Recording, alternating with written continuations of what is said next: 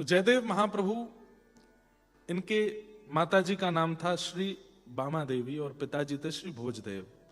कैसे एक भक्त बालक जन्म लेता है, ध्यान से सुनना, बहुत अच्छी बात है, ध्यान से सुनना। जिनके वंश में आने वाले हैं वो थोड़ा सतर्क रहना। भक्त बालक माता पिता के प्रयास से ही आते हैं, लेकिन कैसा प्रयास? संत जन रसिक जन कहते हैं कि दिव्य आत्माएं आकाश में घूमती रहती हैं और वो ढूंढती हैं कि ऐसा कौन सा घर है, ऐसे कौन से माता पिता हैं जहां हम जन्म लें और हम जन्म लेकर के कुछ अद्भुत कर सके। लेकिन जब उन्हें पता चलता है कि ना तो माताजी शुद्ध है ना पिताजी शुद्ध हैं, दोनों के विचार व्यवहार बुद्धि सब बिल्कुल दूषित है, ऐसे घर में फिर बालक जन्म लेते हैं जो बड़े होकर के लड़के और लड़की बनते हैं। लड़के लड़की कौन? जिनका नाम ही है लड़के आए हैं अभी और लड़ने जा रहे हैं।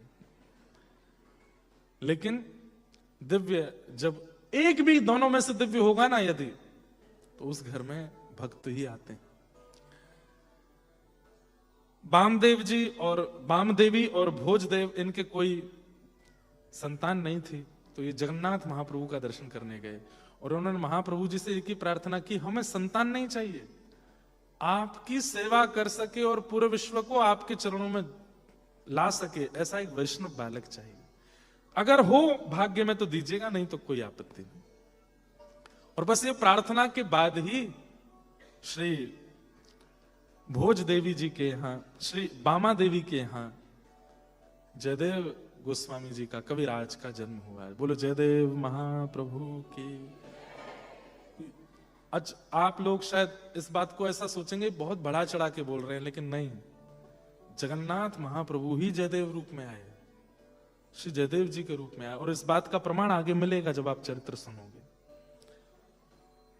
वसंत पंचमी के दिन आपका प्राकट्य हुआ और जन्म लेने के बाद होश हवास में नहीं थे, होश संभाला भी नहीं था, माताजी भी चली गई और पिताजी भी चले, अकेले रह गए घर में।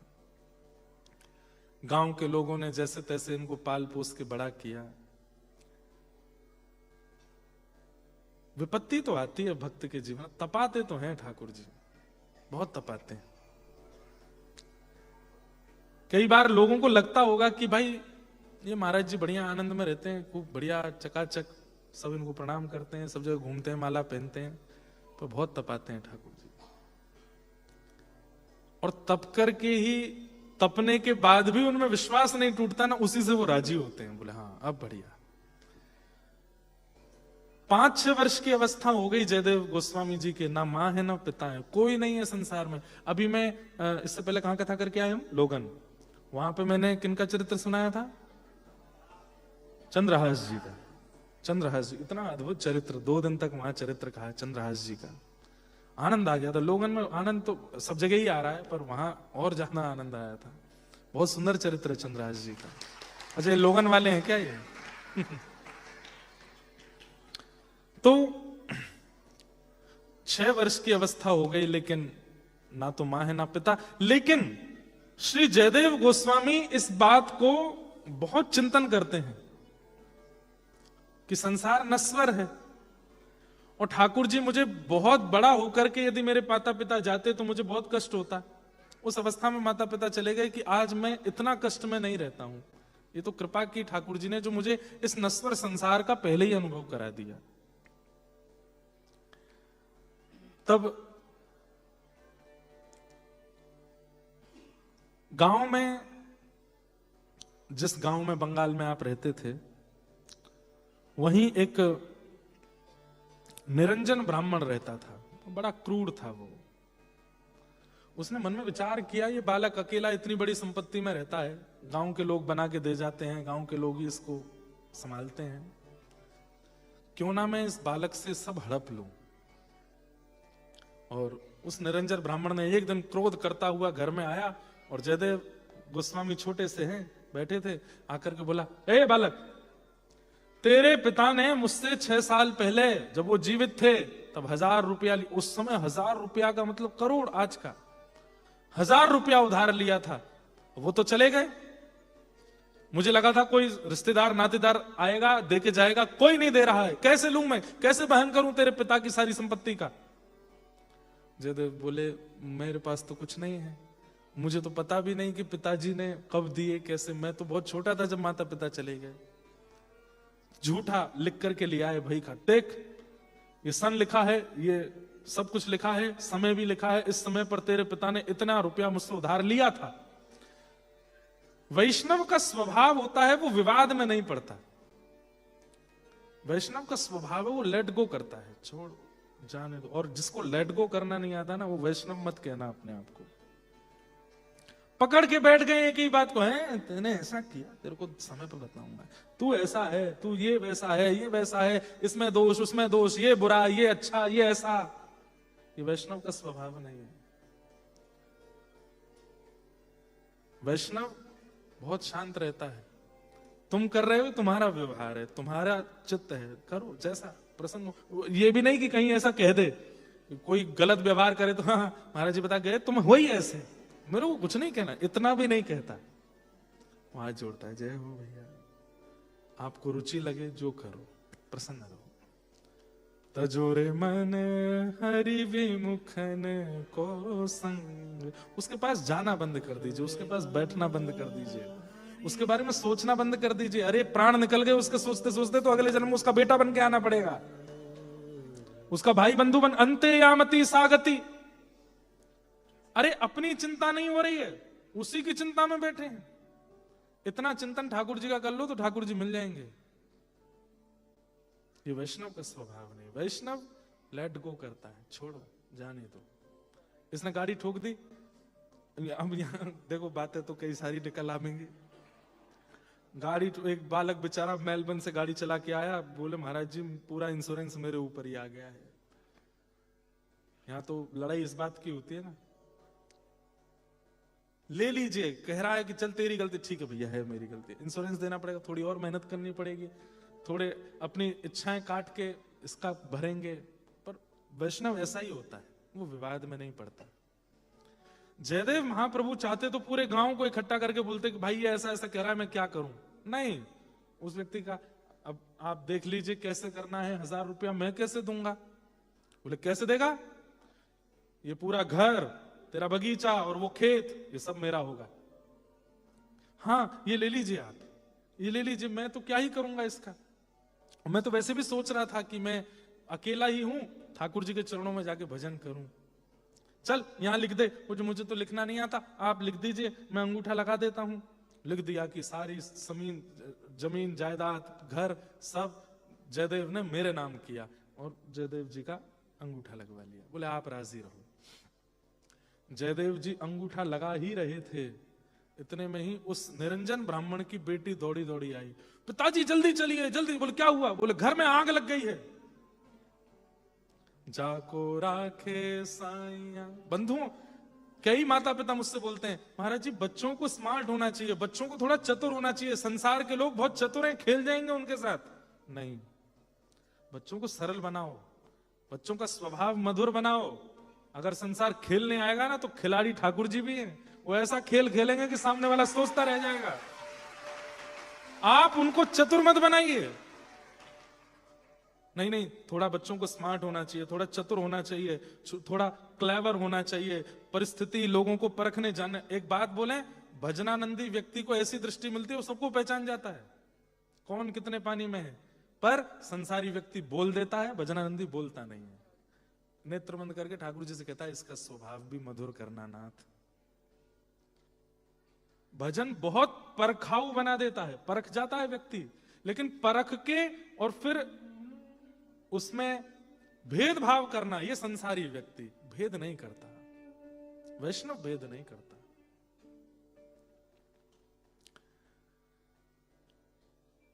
घर जला तो वो निरंजन ब्राह्मण नहीं पहुंच पाया, उससे पहले तो जयदेव गोस्वामी पहुंच गए वहां पर।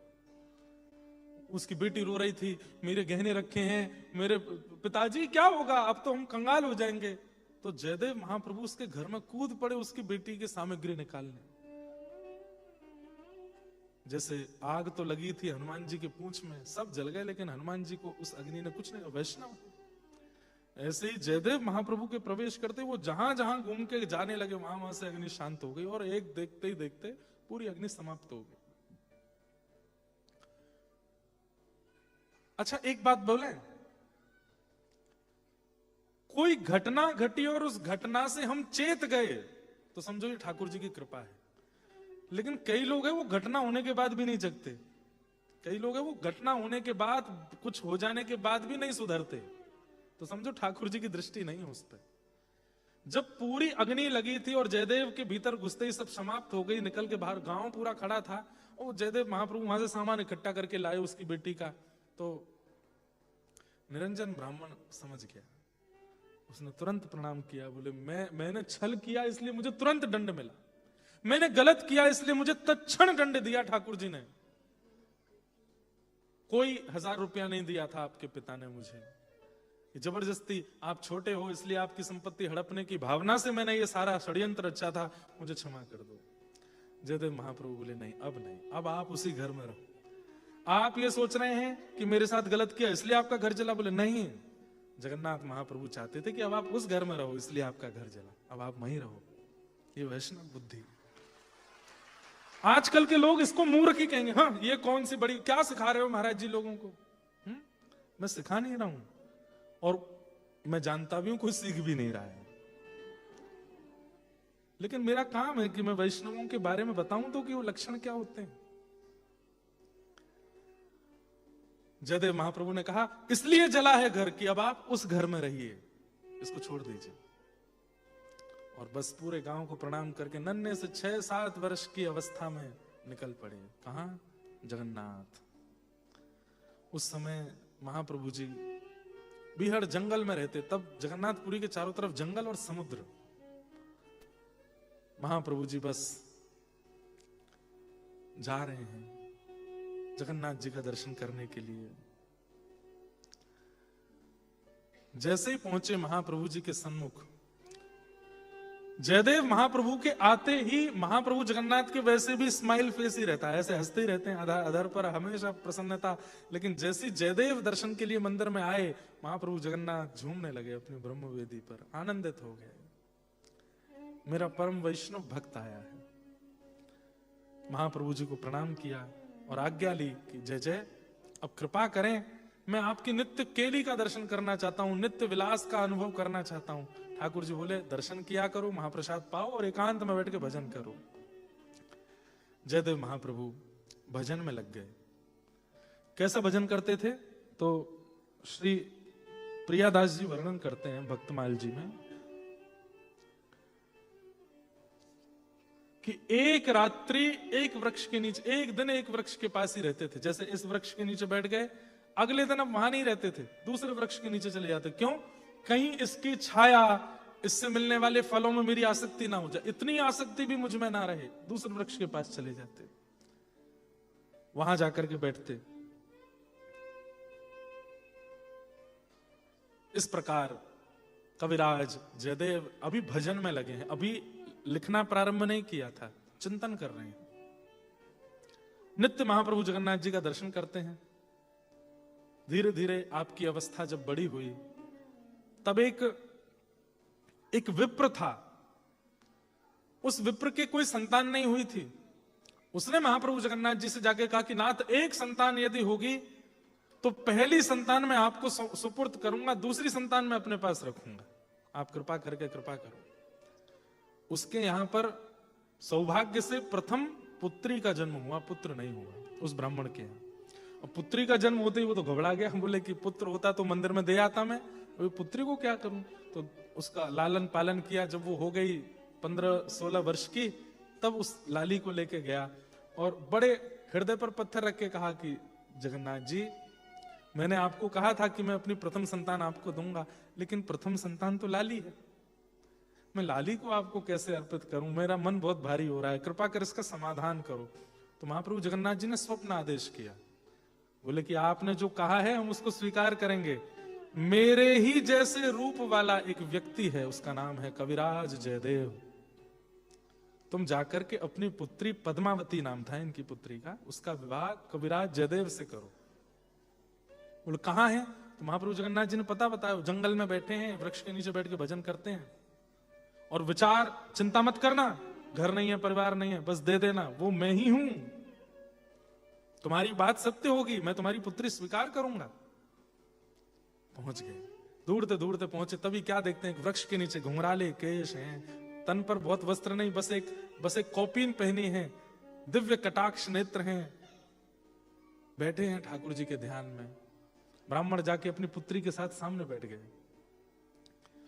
कविराज के जब नेत्र खुले, कविराज बोलूं तो समझ जाना जयदेव महाप्रभु। गीत गोविंद ऐसे ही प्रिय नहीं लग गया जगन्नाथ जी को, कुछ तो है लिखने वाले में। जयदेव महाप्रभु ने प्रणाम किया, बोले जय हो भगवान, महाराज मैं अमुक ब्राह्मण हूं, मेरे कोई संतान नहीं थी, तो मैंने आज से 15 वर्ष पहले महाप्रभु जगन्नाथ जी से कहा था कि मेरे संतान होगी तो प्रथम संतान मैं आपको दूंगा। अच्छा, प्रथम संतान में ये पुत्री हुई। जयदेव महाप्रभु बहुत अच्छी बात है। फिर बोले मैं महाप्रभु जी के पास गया कि पुत्री को कैसे आपको प्रदान करूं, तो महाप्रभु जी ने कहा है कि आप उन्हीं के ही अंश हो, आप मेरी पुत्री को स्वीकार करो।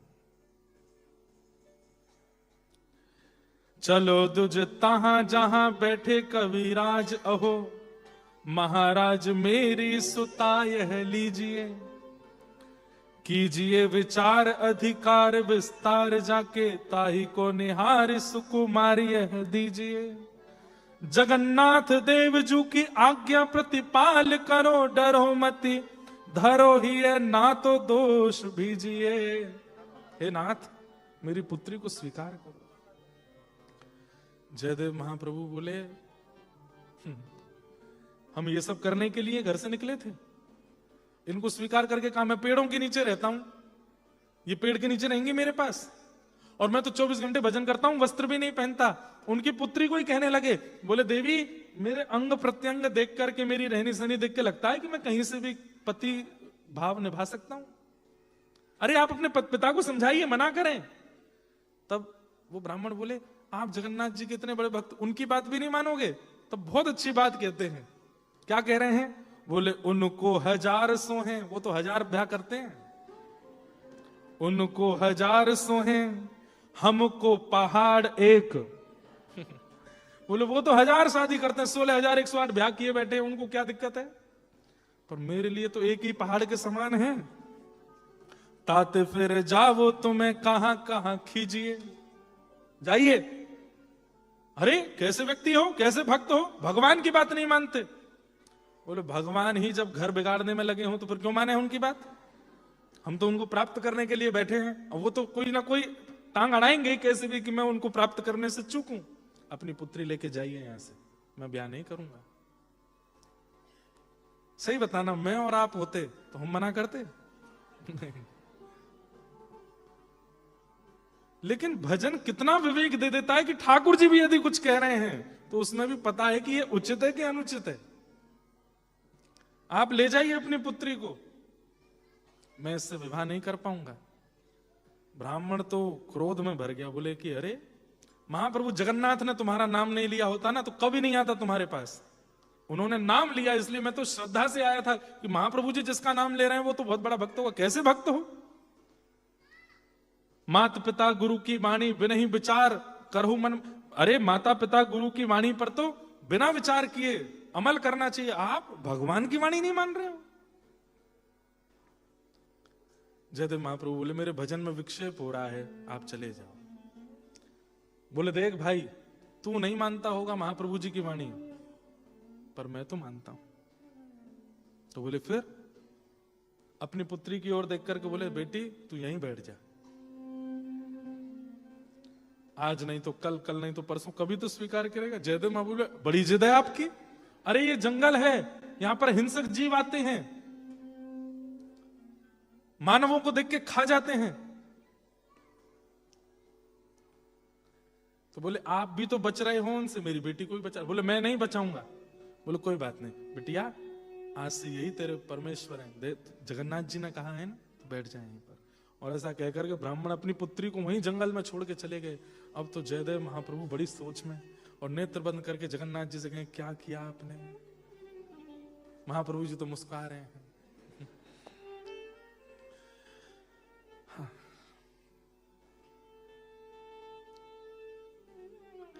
बीच बीच में बात करते हैं। बोले तुम तो बुद्धिमान हो, अपने पिता को समझाओ, कैसे रहोगी मेरे, इससे अच्छा कोई और वर देखोगी, उसका घर होगा, संपत्ति होगी, परिवार होगा, भोजन पानी की व्यवस्था होगी, मैं यहां भजन करता हूं, कैसे रहूंगा। बोले मेरे लिए तो सर्वोपरि अपने पिता की आज्ञा श्रेष्ठ, और उसके बाद परम पिता जगत पिता जगन्नाथ जी की आज्ञा श्रेष्ठ। मुझको तो आप में कोई दोष ही नहीं दिखता है। महाप्रभु जगन्नाथ जी ने जिनको मेरे लिए चुना है वो तो मेरे सर्वस्व हैं। मैं आपका ही वर्ण करूंगी, और आप यदि मेरा वर्ण नहीं करेंगे तो यहीं बैठी बैठी बैठी दूर से ही आपका दर्शन करते हुए एक दिन प्राण त्याग दूंगी। महाप्रभु जी बोले बड़ी विचित्र जिद है ये तो। एक दिन निकला, 2 दिन निकले, 3 दिन निकले, तो जयदेव महाप्रभु ने विचार किया तो बहुत ज्यादा हो रहा है, एक काम करता हूं, रात्रि को जब अंधेरा होगा ना, ये यहीं बैठी होगी, क्योंकि इनका नियम था ये सुबह जहां बैठते थे अगले दिन सुबह तक वहीं बैठे रहते थे, फिर दूसरे पेड़ के पास चले जाते थे। तो इनकी जो पद्मावती थी वो उस पेड़ के पास बैठती थी जहां ये पिछली बार बैठे थे, मतलब वहां से इनको देखती थी। तो आज इन्होंने क्या किया, अपना नियम तोड़ दिया और रात्रि में इन्होंने मन बना लिया कि मैं भाग जाऊंगा, ये सुबह ढूंढती रहेगी मुझे, बहुत दूर चला जाऊंगा यहां से, इसको मिलूंगा ही नहीं मैं। तब रोते बिलखते अपने पिता के पास जाएगी और फिर इसका ऐसे ही बच सकता हूं मैं, नहीं तो बच नहीं पाऊंगा। आपने जो ये योजना बनाई और जैसे ही रात्रि में भागने लगे तभी आकाश में बादल गरजे और विशाल काले काले आकाश में महाराज जगन्नाथ जी के नयन और अधर दिखाई दिया। आकाशवाणी हुई, महाप्रभु जगन्नाथ जी बोले जयदेव मुझे प्राप्त करना चाहते हो, हाँ तो मेरी बात पर संशय मत करो, वो पद्मावती जीवन में आएगी तभी तुम कुछ बन पाओगे और वो योग्यता आएगी जिससे मैं मिलूंगा, इसलिए मेरी आज्ञा को स्वीकार करो। मैं तुम्हारे प्रेम से, मेरी प्रति लगन से मैं बहुत प्रसन्न हूं, तुम्हारी 3 दिन की ये स्थिति देख के मुझे बहुत सुख मिला है, लेकिन मेरी आज्ञा है पद्मावती को स्वीकार करो। जब महाप्रभु जगन्नाथ ने प्रकट होकर के कह दिया, बस जयदेव महाप्रभु वापस लौट के, जो भाग गए थे लौट के आए और पद्मावती का आकर के पाणी ग्रहण किया, और पाणी ग्रहण करके विवाह करके सप्तपदी हुई, सिंदूर दान हुआ, कोई नहीं था, लेकिन महाप्रभु जी की आज्ञा मान करके विवाह किया। विवाह करके बोले देवी अब जंगल में तो रहेंगे नहीं, तो बोले कहां चले, चलो हमारे गांव, वहां पे हमारा घर है, वहीं रहेंगे। गांव लौट करके अपनी पत्नी के साथ गए। घर तो दे दिया था उस निरंजन ब्राह्मण को, गांव वासियों को पता चला तो गांव वासियों ने अपने घर खाली कर दिए, यहां रहो यहां रहो। बोले नहीं नहीं कहीं नहीं, हम तो यहाँ नदी के किनारे दोनों पति पत्नी ने मिलकर के कुटिया बनाई और उसमें जयदेव महाप्रभु रहने लगे अपनी पत्नी के साथ। जैसे ही गृहस्थाश्रम में प्रवेश किया, धन्यो गृहस्थाश्रम, गृहस्थाश्रम में प्रवेश करते ही जयदेव महाप्रभु को एक दिन स्वप्न में शब्द गूंजने लगे कान में, मन में एक लीला घूमने लगी। कैसी लीला? एक लीला का दर्शन आपको हुआ, ध्यान से सुनना। कैसी लीला? कि लाला कन्हैया गैया चराई करके लौट रो है। तम गोर जच्छुरित कुंतल बद्ध वरहा वन्य प्रसून रुचिरे क्षण चारुहासम वरहा पीडम नटवर वपुः कर्णयो कर्णकारं बिभ्रदवासः कनक कपिसं वैजयन्तीं च माला रंध्रान वेणु अधर सुधया पूरयन् गोप वृंदै वृंदारण्यं स्वपदरमणं प्राविशद गीत कीर्ति। असंख्य गायों का समूह चल रहा है और बीच में नन्हे से गोपाल जी गैया को होई होई करते हाँकते हुए चल रहे हैं। ये स्वप्न दिख रहा है। और तभी आपने क्या देखा कि उस स्वप्न में, बहुत ध्यान से सुनना, स्वप्न, उस स्वप्न में बादल गरजने लगे, जोर की मूसलाधार बारिश हुई तो लाला घबरा गए। पहली बार गैया चराने गए थे तो इतने में ही नंद बाबा आए और नंद बाबा ने आए करके लाला को अपने अंक में भर लियो और एक वृक्ष के नीचे वर्षा समाप्त हो इसकी प्रतीक्षा करने लगे। गैया तो दौड़ के नंद भवन चली गई। लाला नंद बाबा के अंकों लगे हैं, नंद बाबा लाला को लेके, जब जब बादल गरज रहे हैं तो ठाकुर जी घबरा जाते हैं। बाबा जी का है रोए? बोले कछु ना लाला, वर्षा है रही है। नंद बाबा सोच रहे हैं आधी गैया तो चली गई पर आधी अभी भी जंगल में है, उनको घेर के मुंह को लानो है, संध्या को समय है, रात्रि है रही है, या लाला को लेके कैसे जाऊं मैं? इतने में ही कुछ सखियां आ रही हैं छोटी छोटी, और उन सखियों के बीच में वृषभानु नंदिनी श्री राधा रानी। ये जयदेव महाप्रभु को स्वप्न दिख रहा है और श्री किशोरी जी चलती हुई आ रही हैं, बिल्कुल निडर, कोई डर नहीं है, हंस रही हैं, खेल रही हैं, टिटोली करती आ रही हैं। सो ठाकुर जी जो कंधे पर सिर लगा के लेटे थे बाबा के, तुरंत उठ करके बोले, बाबा जी कौन आ रही हैं? तो नंद बाबा बोले, लाला पतो ना, कोई ब्रजवासी लाली है, इनको डर ना है लग रहा हो? बोले हाँ इनको ना है लग रहा। तो बाबा एक काम करो, बोले कहा, आप तो गैयाल ने घेर के आ जाओ, ये छोटी बारी है ना, या की गोद में मुंह दे दो, ये छोड़ आवेगी नंद भवन। जैसे ही किशोरी जी आई सब सखियों के साथ, तो नंद बाबा ने रोका उनको, ये लीला कहीं नहीं है, ये जयदेव महाप्रभु का अनुभव हो रही है। हेरी लाली तो को डरना लगे ना, मुंह को डरना लगा, कौन की लाली? बोले वृषभानु बाबा की लाली हूं। अच्छा, बरसाने वाले वृषभानु बाबा? बोले हाँ, तभी इतनी निडर है, और ये सभी तेरी सखी है? बोले हाँ ये हमारी सखी है। मेरो लाला बहुत डर रहा है, तू या को नंद भवन छोड़ देगी? तो पहले तो किशोरी जी जोर से हंसी, काय को डर रहे हैं ये? बोलो कारे कारे बादल गरज रहे हैं ना, या हमारे डर रहे हैं? अच्छा, खुद भी तो कारे हैं, फिर काय को डर रहे हैं? तब ठाकुर जी बोले, बाबा या तो यूं कह दो मेरी उंगली पकड़ के ले जाएगी, मुंह को छोड़े आवेगी नंद भवन। सो छोटे से ठाकुर जी, उनकी उंगली पकड़ी है किशोरी जी ने, और अपनी सुंदर कमरी में ठाकुर जी ऐसे छुपाए हैं, और किशोरी जी लेके जा रही है नंद भवन छोड़ने के लिए। ये दर्शन श्री जयदेव महाप्रभु को हो रहा है। और यहां नंद बाबा जैसे ही गए हैं पीछे गाय घेरने के लिए, मतलब गायों को इकट्ठा करने के लिए, यमुना तट पर जैसे ही पहुंचे हैं, श्री ठाकुर जी बतियाते जा रहे हैं। किशोरी जी कहनी, कहा नाम है तुम्हारो? मेरो नाम है कान्हा कुंवर। बोले कहा नाम? बोले कान्हा कुंवर। ये कैसो नाम है? बोले ऐसो ही नाम है, मैया मुझको कान्हा बोले, मुझको तो याद ही ना होगा। सो ठाकुर जी बोले, कैसे याद ना होगा? ये कहा है? बोले कान। बोले बस कान ते कान्हा, और कुंवर मतलब लाला। सो श्री जी बड़ी जोरते हंसी, बड़े बड़े नटखट हो, बताओ याद करूंगी कान कुंवर? बोले हाँ यही है कान कुंवर।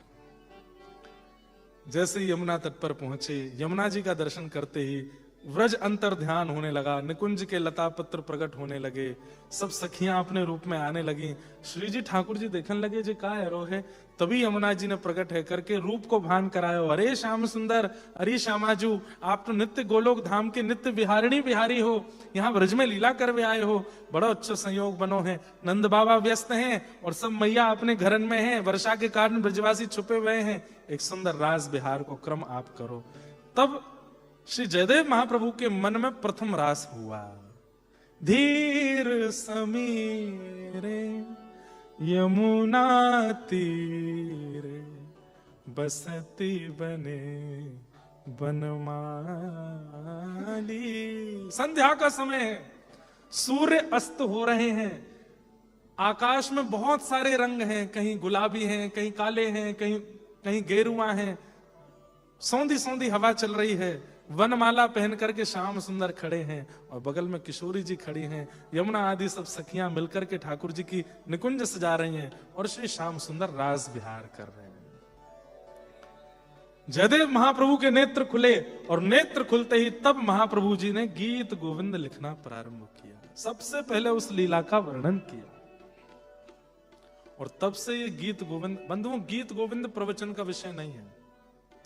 गीत गोविंद आप सुनोगे तो आप हम पे तो करोगे ही, वैष्णव अपराध तो बनेगा ही, ठाकुर जी पे संशय होने लगेगा, हैं बढ़िया ऐसी लीला कर रहे हैं, अत्यंत गोपनीय है। इसलिए गीत गोविंद का केवल पाठ करो, उसका अर्थ समझने की आवश्यकता नहीं है। श्री प्रिया प्रियतम का नित्य विहार, नित्य विलास है गीत गोविंद। जयदेव महाप्रभु ने गीत गोविंद लिखना प्रारंभ किया। आप गीत गोविंद की रचना कर रहे थे, तब एक अष्टपदी लिखते लिखते आपके मन में आया,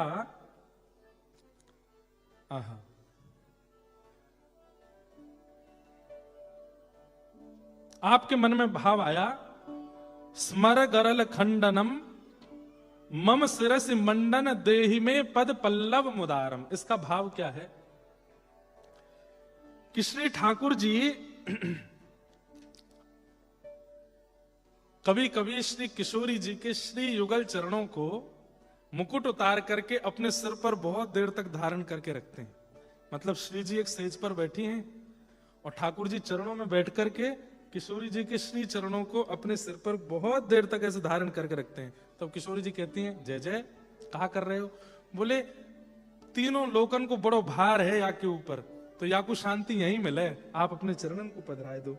तो ये विचार जब जयदेव महाप्रभु के मन में आया तो लिखते लिखते रुक गए। क्यों रुक गए? बोले कहीं ऐसा तो नहीं कि मैं बहुत ज्यादा लिख दूंगा कि किशोरी जी के चरणों को ऐसे अपने सिर पर धारण करके श्याम सुंदर रहते हैं। चिंतन करने लगे, कोई और भाव आए तो वो लिखूंगा, इसको पढ़ करके लोगों के मन में आएगा ये तो अतिशयोक्ति है। बताओ, किशोरी जी को सिंहासन पर बैठा के स्वयं नीचे बैठ के उनके सिर को, उनके चरणों को अपने सिर पर धारण करके खूब देर तक ठाकुर जी बैठे रहते हैं। ये लिखना मेरे को अनुचित सा लग रहा है, लेकिन मन में तो यही बात आ रही है। तो आपने कलम रख दी और बोले कि मैं बाद में लिखूंगा, थोड़ा और कुछ चिंतन आएगा तब इसको लिखूंगा। और आपने तुरंत पद्मावती से कहा, मैं स्नान करने जा रहा हूं, भोजन तैयार रखना, स्नान करके आके फिर मैं आगे का लिखूंगा। और ठीक है। आप जैसे ही गंगा स्नान करने गए, अब इनके चित्त में जो बातें आती थी, जो इनको चिंतन होता था, वो ठाकुर जी कराते थे। इन्होंने संशय करके उसको लिखा नहीं, तो ठाकुर जी जयदेव महाप्रभु का रूप धारण करके आए। जैसे ही लौट करके आए तो पद्मावती बोली, बड़ी जल्दी स्नान किया? बोले स्नान नहीं किया, एक बात याद आ गई, मैं जल्दी लिख दूं। और गीत गोविंद खोल करके ठाकुर जी ने कलम उठा करके लिखा, स्मर गरल खंडनम मम सिरस मंडन देहि में पद पल्लव मुदारम। इस पद को लिख दिया। और लिखने के बाद बोले, देवी बहुत जोर की भूख लगी है, जरा भोजन करा दो। हाँ हाँ तैयार है, आओ। थाली लगाई, थाली में बढ़िया चकाचक ठाकुर जी पाव में रोटी दाल चावल आदि सब सामग्री पाए। सामग्री पा करके बोले, देवी अब मैं जा रहा हूं संध्या करने। और प्राचीन काल में माताएं बहनें पति के बाद उस थाली में ही खाती थी जिसमें पति ने पाया। अब तो संग ही पाती हैं। तो वैसे नियम यही है कि पति के बाद पति की थाल में ही पाओ। तो पद्मावती बैठ गई पाने, वो तो ठाकुर जी थे। जैसे पद्मावती ने पाया, उनके तो नेत्र बंद हो गए, ऐसा आनंद चित्त में होने लगा, प्रेम पुलकित हो गई, नेत्रों से अश्रु और पूरे शरीर में कंपायमान और रोंगटे खड़े होने लगे। इतना आनंद अनुभव हुआ, ठाकुर जी का प्रसाद। यहां जयदेव महाप्रभु स्नान करके लौटे, जैसे ही आकर के देखा कि पद्मावती पा रही हैं। जयदेव महाप्रभु बोले, देवी आज बहुत ज्यादा भूख लगी थी आपको, मुझसे पहले पा लिया, कोई बात नहीं, मैं रोकने नहीं है, आप पा लो, कोई बात नहीं, कभी कभी पा लेना चाहिए। भूख क्या लगी, आप पाके गए, आपके बाद ही तो पाया मैंने। मैं कहां पाके गया, मैं तो भी स्नान करके आया हूं। कहां रहते हैं आप गए थे स्नान करने, फिर लौट के नहीं आए थे?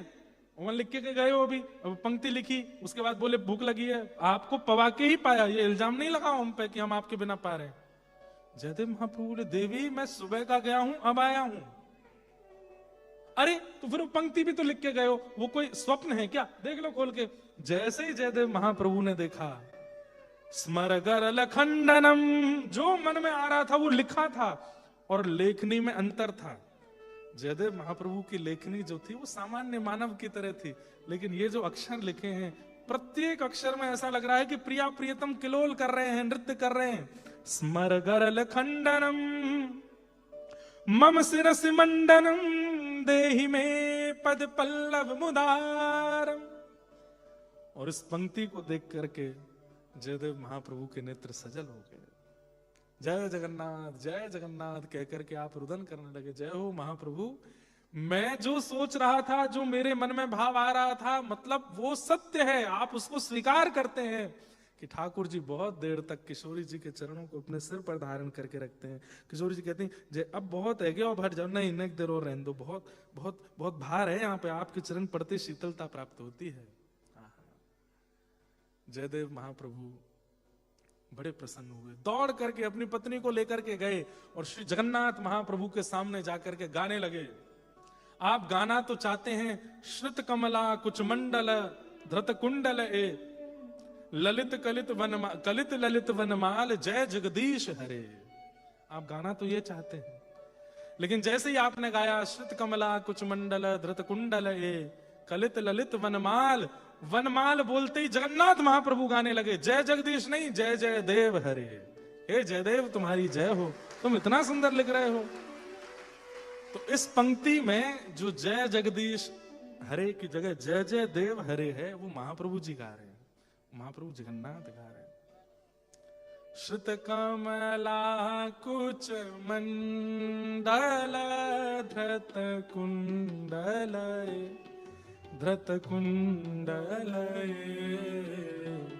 कलित ललित वनमाल जय जय देव हरे कलित ललित वनमाल जय जय देव हरे।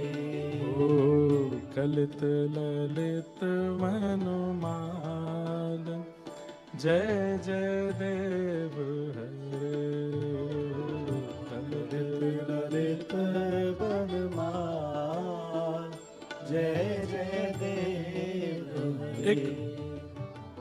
एक तर्ज ये भी है, हम तो एक तर्ज में गाते ही हैं, मतलब एक धुन में गाते हैं, पर एक धुन ये भी है। ऐसे भी जगन्नाथपुरी में महाप्रभु जी के सामने गीत गोविंद गाया जाता है। श्रुत कमला कुच मंडल धृत कुंडल धृत कुंडल कलित ललित वनमाल जय जय देव हरे कलित ललित वनमाल जय जय देव हरे। दिनमणि मंडल मंडन भव खंडन भव खंडन मुनिजन मानस हंस जय जय देव हरे मुनिजन मानस हंस जय जय देव हरे। राधे कृष्ण हरि गोविंद गोपाल नंद जी को लाल यशोदा कुमार जय जय देव हरे। राधे कृष्ण हरि गोविंद गोपाल नंद जी को लाल यशोदा कुमार जय जय देव हरे। राधे कृष्ण हरि गोविंद गोपाल नंद जी को लाल यशोदा कुमार जय जय देव हरे। राधे कृष्ण हरि गोविंद गोपाल नंद जी को लाल यशोदा कुमार जय जय देव हरे। कालिय विषधर गंजन जन रंजन जन रंजन यदुकुल नलिन दिनेश जय जय देव हरे यदुकुल नलिन दिनेश जय जय देव हरे। ओ मधुमूर नरक विनाशन गरुणासन गरुणासन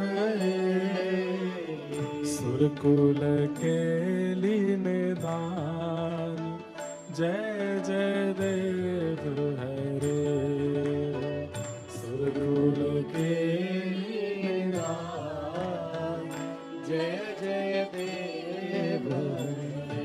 ओ अमल कमल दल लोचन भवमोचन भवमोचन त्रिभुवन भवन निदान जय जय देव हरे त्रिभुवन भवन निदान जय जय देव ओ राधे कृष्ण हरि गोविंद गोपाल, नंद जी को लाल, यशोदा कुमार, जय जय देव राधे कृष्ण हरि गोविंद गोपाल, नंद जी को लाल, यशोदा कुमार, जय जय देव हरि। हे त्रिभुवन भवन जनक सुताकृत, भूषण जित दूषण, जित दूषण, समर शमित दस कंठ, जय जय देव हरे। समर शमित दस कंठ, जय जय देव हरि। ओ अभिनव जलधर सुंदर धृत मंदर, धृत मंदर, श्रीमुख चंद्र चकोर, जय जय देव हरे। श्रीमुख चंद्र चकोर, जय जय देव हरि।